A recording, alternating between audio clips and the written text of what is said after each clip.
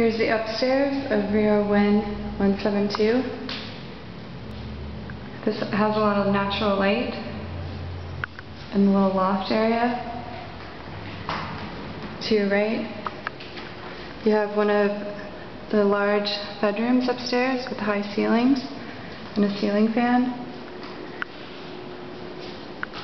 Here are the built-in closet and drawers.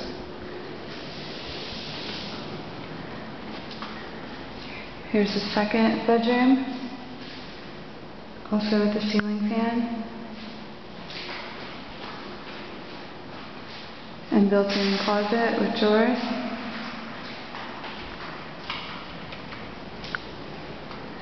You have the upstairs second full bath.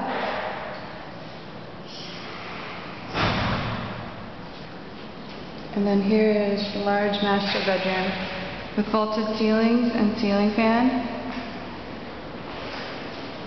There's an air conditioner mini split here already installed in the room.